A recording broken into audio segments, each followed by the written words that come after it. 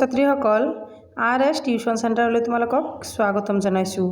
আজি আমি তোমালোকক প্ৰশ্ন দিবলৈ ওলাইছোঁ সমাজ বিচিত্ৰা, যিখন স্বদেশ বিদেশৰ সমাজ পৰিচয়, ষষ্ঠ শ্ৰেণীৰ বাবে সমাজ বিজ্ঞানৰ পাঠ্যপুথি। এই সমাজ বিচিত্ৰাৰ আজি 8 নম্বৰ অধ্যায়টো তোমালোকক প্ৰশ্ন এনচাৰ দিম। অধ্যায়টোৰ নাম হৈছে ভাৰতীয় সভ্যতাৰ আৰম্ভণি। গতিকে পাঠটো মই পঢ়ি বুজাই নিদিওঁ, ডাইৰেক্ট কুৱেশ্যন এনচাৰ দিম। যদি পাঠটো পঢ়ি তোমালোকক বুজাই দিব লাগে তেতিয়াহ'লে মোক কমেণ্ট ছেকশ্যনত জনাবা। চোৱা, চেপ্টাৰটোৰ নাম হৈছে কি যে ভাৰতীয় সভ্যতাৰ আৰম্ভণি। অনুশীলনী 1, তলৰ প্ৰশ্নবোৰৰ উত্তৰ দিয়া। চোৱা, 1 নম্বৰটোত প্ৰশ্ন দিছে, সভ্যতা বুলিলে কি বুজা? সভ্যতা হৈছে মানুহৰ সামাজিক, ধৰ্মীয়, অৰ্থনৈতিক, ৰাজনৈতিক, নৈতিক আৰু সাংস্কৃতিক উন্নয়নৰ এক জটিল ৰূপ। সভ্যতা বুজাবলৈ ভাষা, লিপি, নগৰ উন্নয়ন, ধৰ্মীয় বিশ্বাস, বিজ্ঞান, কলা, সাহিত্য আদি দিশৰো বিকাশ থকা প্ৰয়োজন। তাৰে পিছত খ নম্বৰ প্ৰশ্নটো চোৱা, সভ্যতাৰ বৈশিষ্ট্যসমূহ উল্লেখ কৰা। সভ্যতাৰ বৈশিষ্ট্যসমূহ হৈছে নগৰায়ন, শস্য উৎপাদন আৰু খাদ্য মজুত, বাণিজ্যিক বিকাশ, লিপি আৰু ভাষাৰ বিকাশ আৰু ৰাজনৈতিক শাসন ব্যৱস্থা, ধৰ্মীয় বিশ্বাস আৰু শিল্প স্থাপত্য আৰু বিজ্ঞানৰ উন্নয়ন। গতিকে তোমালোকে গম পালা। তাৰপিছত গ নম্বৰ প্ৰশ্নটো চোৱা, গ নম্বৰ প্ৰশ্নটো হৈছে নীল নদীৰ পাৰত কোনটো সভ্যতা গঢ়ি উঠিছিল? এনচাৰত লিখিবা যে নীল নদীৰ পাৰত গঢ়ি উঠা সভ্যতাটোক মিছৰ সভ্যতা বুলি কোৱা হয়। তাৰপিছত ঘ নম্বৰ প্ৰশ্নটো চোৱা, যিকোনো দুটা প্ৰাচীন সভ্যতাৰ নাম লিখা। এটা হৈছে হিন্দু সভ্যতা, আনটো হৈছে মেছপটেমিয়া সভ্যতা। তাৰে পিছৰ অনুশীলনীৰ 2 নম্বৰ অনুশীলনীৰ প্ৰশ্নসমূহ চোৱা, তলৰ প্ৰশ্নবোৰৰ উত্তৰ দিয়া। ক নম্বৰ প্ৰশ্নটোত দিয়া আছে, সিন্ধু সভ্যতাক আন কি নামেৰে জনা যায়? এনচাৰত লিখিবা যে সিন্ধু সভ্যতাক হৰপ্পা সভ্যতা বুলি জনা যায়। কি? হৰপ্পা। এইটো এটা ইম্পৰ্টেণ্ট কুৱেশ্যন, মনত ৰাখিবা। তাৰে পিছৰ প্ৰশ্নটো চোৱা, হৰপ্পা সভ্যতাৰ উল্লেখযোগ্য যিকোনো দুটা স্থানৰ নাম লিখা। Important question. হৰপ্পা সভ্যতাৰ উল্লেখযোগ্য দুটা স্থান হৈছে, এটা হৈছে পাঞ্জাৱ আৰু পাকিস্তান। আকৌ মহেঞ্জোদাৰো হৈছে সিন্ধু আৰু পাকিস্তান। চোৱা, তোমালোকক ইয়াতে দিছিল সিন্ধু সভ্যতাক আন কি নামেৰে জনা যায়। সেইটো হৈছে হৰপ্পা সভ্যতা। তো হৰপ্পা সভ্যতাৰ উল্লেখযোগ্য যিকোনো দুটা স্থানৰ নাম, এটা হৈছে হৰপ্পাৰ হৈছে পাঞ্জাৱ আৰু পাকিস্তান, আৰু মহেঞ্জোদাৰোৰ হৈছে সিন্ধু আৰু পাকিস্তান। এই দুয়োখন স্থান হৰপ্পা সভ্যতাৰ মুখ্য নগৰ হিচাপে পৰিচিত, মনত ৰাখিবা। তাৰে পিছত গ নম্বৰ প্ৰশ্নটো চোৱা, হৰপ্পা সভ্যতাৰ নগৰৰ গাঁথনি কেনে আছিল? হৰপ্পা সভ্যতাৰ নগৰসমূহ পৰিকল্পিতভাৱে নিৰ্মিত আছিল। নগৰবোৰে সজীৱ আৰু মৃত লোকৰ বাসস্থানৰ পৃথক অঞ্চল, পাকা ৰাস্তা-ঘাট, নিষ্কাশন ব্যৱস্থা, বৃহৎ স্নানাগাৰ, ভঁৰাল, দুৱাৰযুক্ত ঘৰ ইত্যাদি অন্তৰ্ভুক্ত কৰিছিল। তাৰপিছত 2 নম্বৰ প্ৰশ্নটো চোৱা, চমু টকা লিখা। সৰস্বতী নদী হৈছে ভাৰতৰ এক প্ৰাচীন, পৌৰাণিক আৰু ঐতিহাসিক নদী, যাৰ উল্লেখ ঋগ্বেদ, মহাভাৰত আৰু বহুতো প্ৰাচীন গ্ৰন্থত পোৱা যায়। এই নদী এখন বেদসমূহত পবিত্ৰ নদী হিচাপে বৰ্ণনা কৰা হৈছে, আৰু ই জ্ঞান, বিজ্ঞান আৰু সংস্কৃতিৰ প্ৰতীক হিচাপে ধৰ্মীয় দৃষ্টিৰে অতি গুৰুত্বপূৰ্ণ। তাৰে পিছত চোৱা, ঐতিহাসিক আৰু ধৰ্মীয় গুৰুত্বখিনি চোৱা, যে সৰস্বতী নদী ঋগ্বেদত ৭৫টাৰো অধিক বাৰ উল্লেখ কৰা হৈছে। এই নদীক সিন্ধুৰ দৰে বহুধা প্ৰবাহিত, পবিত্ৰা আৰু জ্ঞানৰ উৎস হিচাপে বৰ্ণনা কৰা হৈছে। চোৱা, হিন্দু ধৰ্মত সৰস্বতী দেৱীক বিদ্যা আৰু সংগীতৰ দেৱী হিচাপে পূজা কৰা হয়, যাৰ সৈতে এই নদীৰ নাম জড়িত। তাৰ পিছত লিখিবা সৰস্বতী নদীৰ কাষতে বহুতো ঋষিমুনি আশ্ৰম আৰু বিদ্যাপীঠ আছিল বুলি গ্ৰন্থখনত উল্লেখ আছে। গতিকে এইখিনি হৈছে আমাৰ চমুটকা। তাৰে পিছতটো আছে ৰাস্তা ঘাট। চোৱা ৰাস্তা ঘাট হৈছে যাতায়াত আৰু যোগাযোগ ব্যৱস্থাৰ এক মুখ্য অংশ।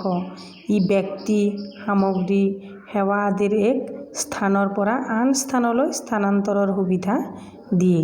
ৰাস্তা ঘাটক উন্নয়ন আৰু সভ্যতাৰ মাত্ৰা হিচাপে গণ্য কৰা হয়।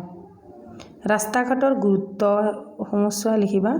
এটা হৈছে যোগাযোগৰ মাধ্যম, যিটো ৰাস্তা ঘাটে নগৰ, গাঁও আৰু দূৰ দূৰান্ত অঞ্চলসমূহক পৰস্পৰে সংযোগ স্থাপন কৰে। তাৰে পিছত 2 নম্বৰ অপশ্যনটোত দিছে চোৱা পইণ্টটোত অৰ্থনৈতিক বিকাশ।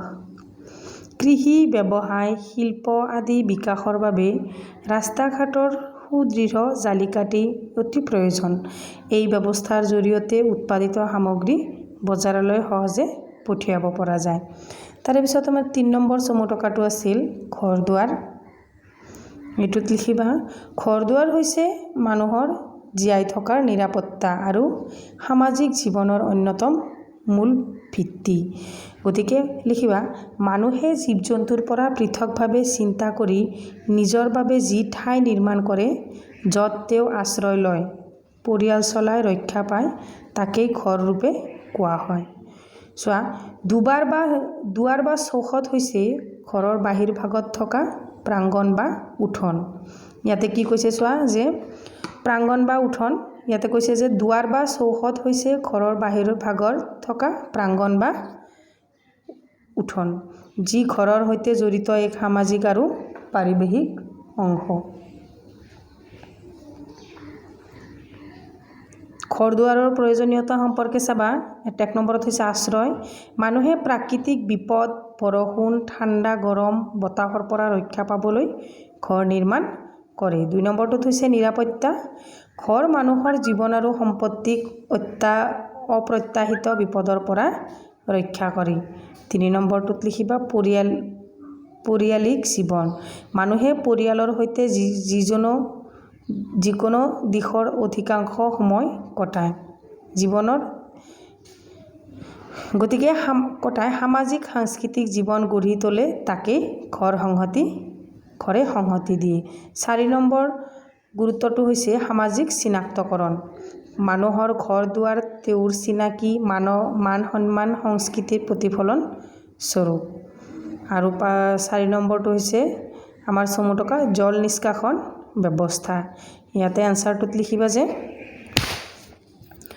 জল নিষ্কাশন ব্যৱস্থা হৈছে কোনো এক ভূমিখণ্ডত থকা নদ-নদী, নালা আৰু জলধাৰাৰ জালিকাঠি, যাৰ জৰিয়তে বৰষুণৰ পানী, হিমবাহৰ গলিত পানী বা আন জলসম্পদসমূহ সমুদ্ৰ, হ্ৰদ, উপসাগৰ বা হ্ৰাস ভূমিলৈ বৈ যায়।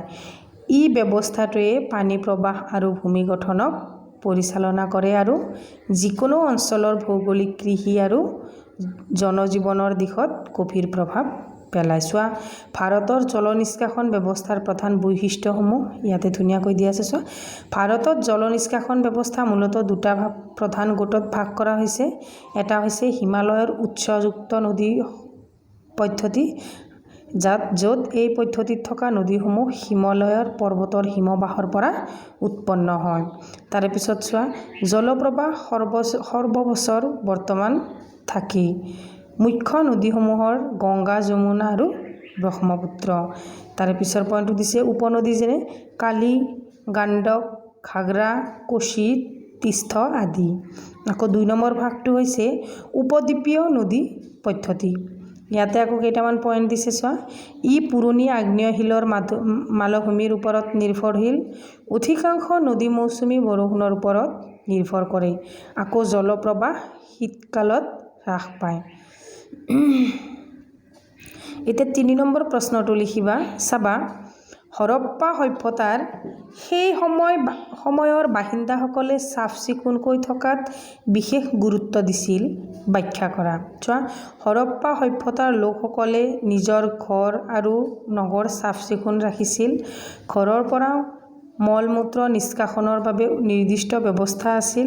তাৰোপৰি মহেঞ্জোদাৰোত পোৱা বৃহৎ স্নানাগাৰৰ হেৰুৱা লোকসকলৰ স্নান আৰু পৰিষ্কাৰতা প্ৰতি গুৰুত্ব দেখুৱায়। ইয়াত দেখুৱায় যে সেই সময়ত লোকসকলে স্বাস্থ্য আৰু পৰিষ্কাৰতাৰ ওপৰত গুৰুত্ব দিছিল। তাৰে পিছত আমাৰ ৩ নম্বৰ অনুশীলনীৰ প্ৰশ্নসমূহ চোৱা।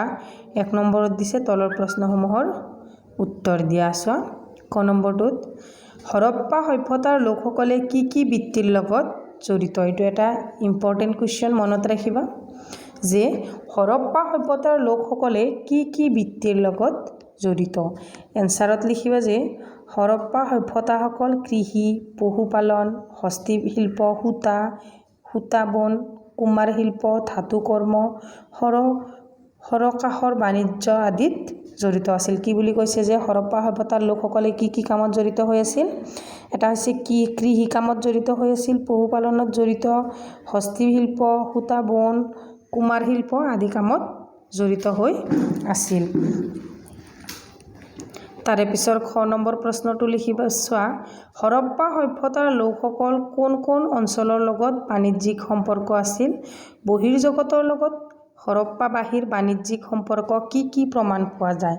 বৰ ইম্পৰ্টেণ্ট কুৱেশ্যন, ইয়াতে দুটা প্ৰশ্ন সোমাই আছে। চোৱা, এটা হৈছে কোন কোন অঞ্চলৰ লগত বাণিজ্যিক সম্পৰ্ক আছিল, এইটো এটা, আৰু এটা প্ৰশ্ন হৈছে বহিৰ্জগতৰ লগত হৰপ্পাবাসীৰ বাণিজ্যিক সম্পৰ্ক কি কি প্ৰমাণ পোৱা যায়। গতিকে এনচাৰত লিখিবা হৰপ্পা সভ্যতাৰ লোকসকলৰ মেছ'পটেমিয়া, আফগানিস্তান, পাৰস্য উপসাগৰ আদিৰ সৈতে বাণিজ্যিক সম্পৰ্ক আছিল। প্ৰমাণস্বৰূপে মেছ'পটেমিয়াৰ শিলমোহৰত সিন্ধু সভ্যতাৰ প্ৰতীক, হৰপ্পা স্থানত পোৱা বিদেশী সামগ্ৰী, চুণপাৰত কাষ্ট প্ৰভৃতি উল্লেখযোগ্য। তাৰে পিছৰ গ নম্বৰ প্ৰশ্নটো চোৱা যে হৰপ্পা সভ্যতাৰ লোকসকলে কি কি শস্যৰ খেতি কৰিছিল? এইটো এটা ইম্পৰ্টেণ্ট কুৱেশ্যন। চোৱা, হৰপ্পা সভ্যতাৰ লোকসকলে ঘেঁহু, জোৰ, কলাই, তিল, খাৰহী, গৰুৰ খাদ্য আৰু তুলা আদিৰ শস্য খেতি কৰিছিল। এতিয়া চোৱা, খ নম্বৰ প্ৰশ্নটোত হৰপ্পা সভ্যতাৰ সময়ছোৱাত কোন ধৰণৰ হস্তশিল্পৰ প্ৰচলন আছিল? এইটো এটা গুৰুত্বপূৰ্ণ প্ৰশ্ন, মনত ৰাখিবা যে হস্তশিল্পৰ ভিতৰত মাটি আৰু ধাতুৰ তৈয়াৰী হাঁহ অলংকাৰ, খোদাই কৰা মোহৰ, সূতা বন আদিৰ প্ৰচলন আছিল। প্ৰথম ৬ নম্বৰ প্ৰশ্নটো চাবা যে কিহৰ ওপৰত ভিত্তি কৰি হৰপ্পা সভ্যতাৰ লগত মেছ'পটেমিয়া আৰু ৰোমান সভ্যতাৰ সম্পৰ্ক আছে বুলি ক'ব পাৰি? এনচাৰত লিখিবা যে বিভিন্ন খননত পোৱা বিদেশী সামগ্ৰী, মোহৰ লিপি, শিলমোহৰ প্ৰভৃতিৰ ওপৰত ভিত্তি কৰি হৰপ্পাৰ লগত মেছ'পটেমিয়া আৰু ৰোমান সভ্যতাৰ বাণিজ্যিক সম্পৰ্ক আছিল বুলি ধৰা হয়। তাৰে পিছত ২ নম্বৰটো চোৱা, চমু টকা লিখা হৰপ্পাকালীন জীৱিকা। চোৱা, হৰপ্পাবাসীৰ মুখ্য জীৱিকা আছিল কৃষিকাজ, পশুপালন, বাণিজ্য আৰু হস্তশিল্প। সেই লগতে মৎস্য চিকাৰ আৰু কুমাৰ শিল্পতো তেখেতসকলে জড়িত আছিল বুলি উল্লেখ আছে। তাৰপিছত প্ৰশ্নটো চোৱা যে হৰপ্পাকালীন বাণিজ্য, চমু টকা হৰপ্পাকালীন বাণিজ্যটো চোৱা, হৰপ্পাৰ লোকসকলে স্থল আৰু জলপথে দেশীয় তথা বিদেশী বাণিজ্য কৰিছিল। লোথাল বন্দৰ এজন মুখ্য বাণিজ্যিক কেন্দ্ৰ আছিল। ৪ নম্বৰ অনুশীলনীটোত চোৱা, ১ নম্বৰটোত তলৰ প্ৰশ্নবোৰৰ উত্তৰ দিয়া। ইউনিকৰ্ণ কি? ইম্পৰ্টেণ্ট প্ৰশ্ন, মনত ৰাখিবা যে ইউনিকৰ্ণ কি? উত্তৰত লিখিবা ইউনিকৰ্ণ হৈছে হৰপ্পাৰ শিলমোহৰত খোদিত এটা শৃংগযুক্ত জন্তু, যাক আজিৰ গড়ৰ দৰে ধৰা হয়। ২ নম্বৰটো শিলমোহৰবোৰত কি কি জন্তুৰ প্ৰতিচ্ছবি পোৱা যায়? শিল মহৰবোৰত গড় বাঘ হাতী মহিষ হৰিণ গৰু ছাগলী আদিৰ প্ৰতিচ্ছবি পোৱা গৈছে।